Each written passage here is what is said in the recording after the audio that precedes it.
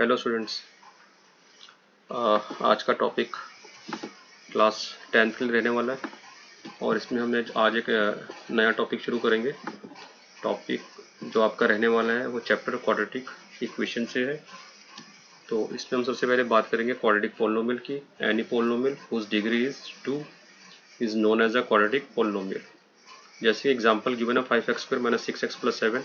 यहाँ पर देखिए जो इसकी पावर है, हाईएस्ट पावर कितनी है 2, तो इसकी डिग्री क्या हो गई, 2 हो गई। its degree is 2, that is why it is called quadratic polynomial। अब इस quadratic polynomial में अगर मैं इसके इक्वल 0 रख दूं, कुछ भी कांस्टेंट नंबर अगर हम रख दें या 0 इक्वल टू 0 कर दें, तो ये हमारे पास क्या बन जाएगी, क्वाड्रेटिक इक्वेशन। तो क्वाड्रेटिक इक्वेशन क्या होती है, ax² + bx + c।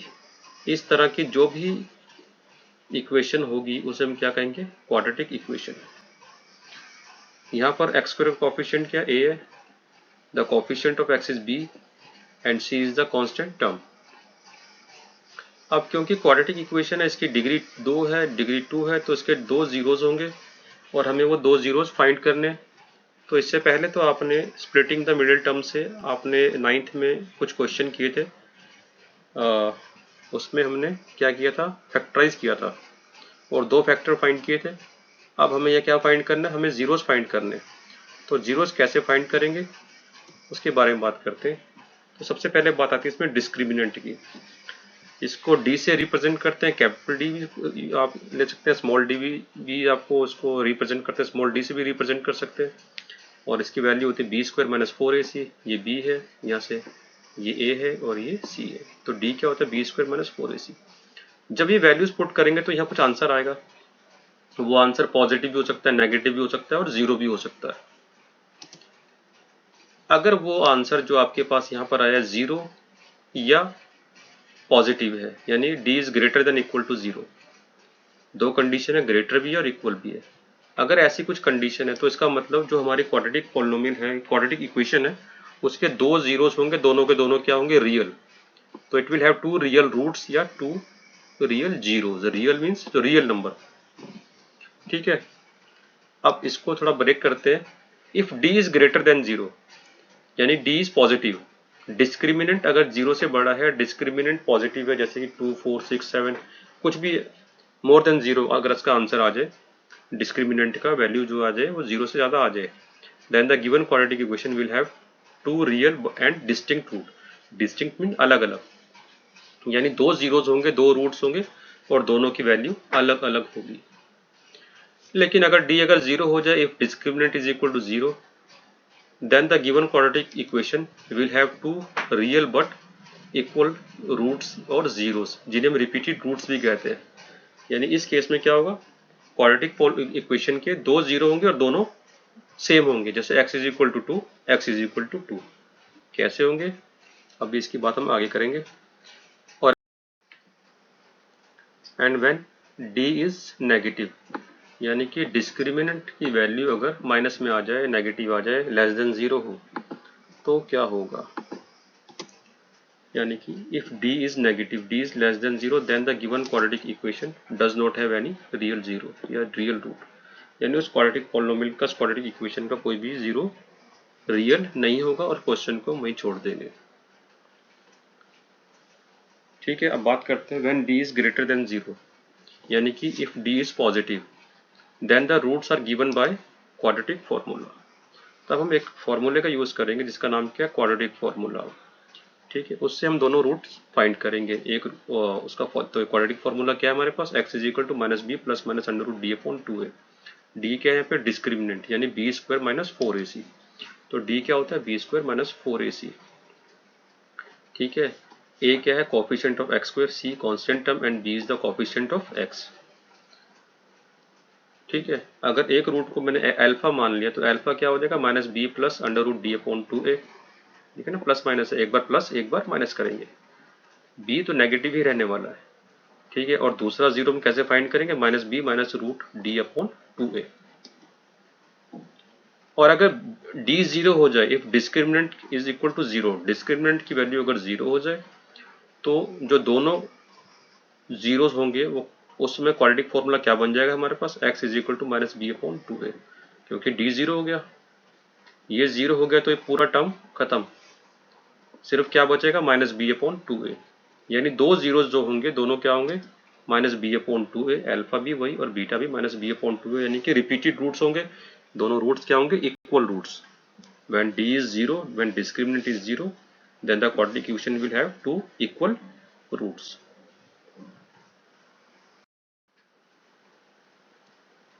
अब इसी से रिलेटेड एक क्वेश्चन लिया आपकी एनसीईआरटी का ही क्वेश्चन है, two water taps together can fill a tank in 93/8 hours.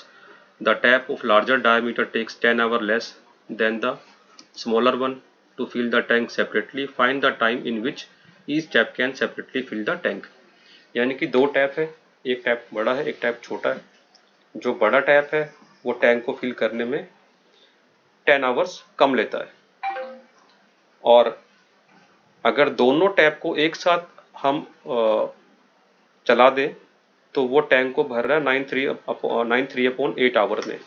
तो अब हमें ये बताना है कि दोनों, अगर हम दोनों टैप को अलग अलग यूज करें तो वो दोनों टैप उस टैंक को कितनी कितनी देर में फिल कर देंगे।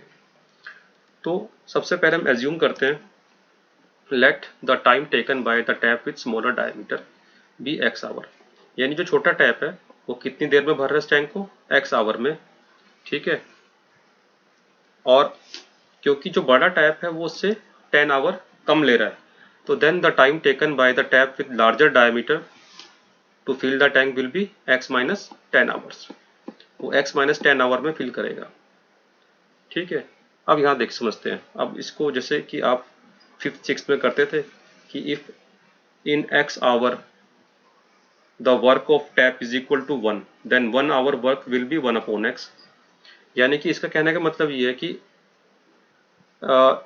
टैंक को फुल भरना means work is complete and the complete work is 1, complete work को हम कितना लेके चलेंगे 1 लेके चलेंगे, यानी कि x आवर का वर्क कितना हो जाएगा इज इक्वल टू 1, तो 1 आवर का वर्क कितना हो जाएगा उसका, ठीक है। 1 आवर का वर्क क्या हो जाएगा उसका, 1 आवर का वर्क हो जाएगा 1 अपॉन एक्स। ऐसे ही जो बड़ा टैप है उसका x माइनस 10 आवर का वर्क कितना है 1, क्योंकि वो x माइनस 10 आवर में फिल कर रहा है टैंक को कंप्लीट, तो कंप्लीट वर्क मीन्स 1, तो यानी x minus 10 hour work of larger tap is equal to 1 and 1 hour work of larger tap 1 upon x minus 10, तो 1 hour work of the tap with smaller diameter कितना हो गया 1 upon x। ऐसे ही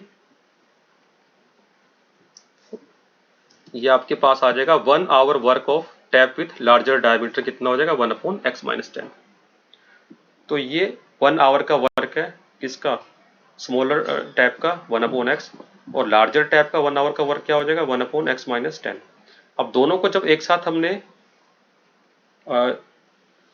on कर दिया, यानी जब दोनों टैप को एक साथ यूज कर रहे हैं तब उनका 1 आवर का वर्क क्या हो जाएगा 1 upon X plus 1 upon X minus 10, इन दोनों को ऐड कर देंगे, ये दोनों टैप का 1 आवर का वर्क है, ठीक है। अब दोनों टैप कितनी देर में फिल कर रहे हैं टैंक को 93/8 आवर्स में, तो दोनों का हम 93/8 आवर का वर्क निकाल लेंगे, तो इनके कंबाइन वर्क को हमने मल्टीप्लाई कर दिया 93/8 से, तो this is the 93/8 hour work of both taps. और हमें ये भी मालूम है कि 93/8 आवर में दोनों टैप मिलके उस टैंक को फिल कर रहे हैं, यानी कि ये वर्क कितना हो जाएगा इज इक्वल टू 1, क्योंकि वर्क कंप्लीट कर रहे हैं 93/8 आवर में दोनों टैप मिलके उस पूरे टैंक को भर रहे हैं, यानी कि वर्क इज कंप्लीट, यानी कि ये वर्क जो है किसके इक्वल होगा 1 के इक्वल होगा, ठीक है। तो 93/8 hour work of both taps together ये हो गया आपके पास, और ये किसके इक्वल आएगा 1 के equal, 93/8 1 upon X plus X minus 1 upon X minus 10 is equal to 1। अब यहाँ पर एलसीएम ले लेंगे, x इंटू एक्स माइनस 10 1 से मल्टीप्लाई और ये x 1 से मल्टीप्लाई, ये 9 8 जा 72 प्लस 3 75 अपॉन 8, अब ये 8 इससे मल्टीप्लाई 75 ऊपर मल्टीप्लाई होगा, 75 इंटू एक्स प्लस एक्स कितना हो गया 2x माइनस 10 और ये एक्स स्क्वायर माइनस 10x, ये 8 इसे मल्टीप्लाई और फिर क्रॉस मल्टीप्लाई 1 से, अब ये आ गया हमारे पास 150x माइनस 750 और ये आ गया 8x square minus 80x is equal to 1, cross multiply किया इसके बाद 150x minus 750 is equal to 8x square minus 80x।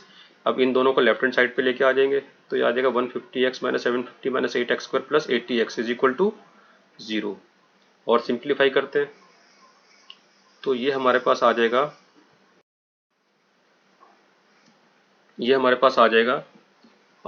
-8x² और 150x plus 80x 1230x minus 750। अब यहाँ पर a कितना हमारे पास -8, b कितना है 230, c कितना है -750। ठीक है, अब d निकालेंगे discriminant, b² minus 4ac, b कितना है 230, ये वैल्यू पुट कर ली, 230 का स्क्वायर माइनस 4, a कितना है -8, c कितना -750, 750 टू ज़ा 3000 इंटू 8 24,000, 230 का स्क्वायर 52900 माइनस किया 28900 आ गया। तो d की वैल्यू कितनी आ गई 28900, यानी कि पॉजिटिव है, यानी कि क्वाड्रेटिक फॉर्मूला यूज करेंगे हम और दोनों रूट्स क्या होंगे, अलग अलग होंगे, distinct root will be there, two real and distinct root.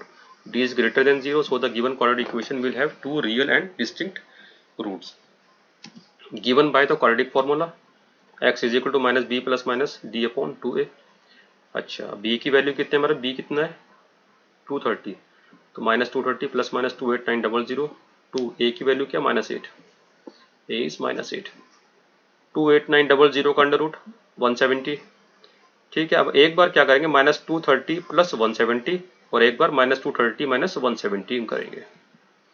तो x की वैल्यू कितनी आ गई -230 प्लस 170 अपॉन -16, या फिर x की वैल्यू -230 माइनस 170 अपॉन -16। तो ये कितना आ गया -60 अपॉन -16, यानी 3/4 hour, and x is equal to ये -230 माइनस 170 -400 अपॉन 16, 25 आवर्स। यानी जो छोटा टैप है वो कितनी देर में फिल करेगा, क्योंकि उसका टाइम कितना था x, 3/4 आवर, और जो या फिर वो 25 आवर पे फिल करेगा। अब इन दोनों में से कोई एक वैल्यू सही है, कोई एक वैल्यू गलत है, तो ये वैल्यू गलत है, क्योंकि लार्जर टैप कितनी देर में भर रहा है, x माइनस 10 आवर में भर रहा है, ये कितना है 3 से थोड़ा ज़्यादा है।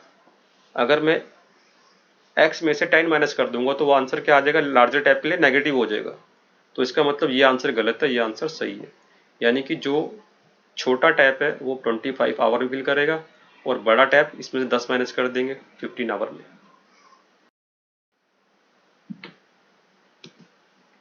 तो ये आ गया था हमारे पास छोटा टैप कितनी देर में भर रहा है। अगर मैं इसको एज्यूम करके चलता हूँ 3.34 आवर्स, तो it's not possible, otherwise x minus 10 will be negative. ठीक है, यानी कि जो बड़ा टैप है वो उसका आंसर नेगेटिव हो जाएगा, पॉसिबल ही नहीं, टाइम कभी नेगेटिव नहीं हो सकता। तो इसका मतलब x कितना 25 आवर्स, यानी कि जो छोटा टैप है वो 25 आवर में फिल करेगा, और जो time taken by the tap with larger diameter, smaller diameter 25 hour में, और जो लार्जर डायमीटर है वो टैप कितनी देर में भर रहा है, x माइनस 10, यानी 25 minus 10 is equal to 15 hours में। तो इसका आंसर क्या आ जाएगा 25 आवर्स एंड 15 आवर्स।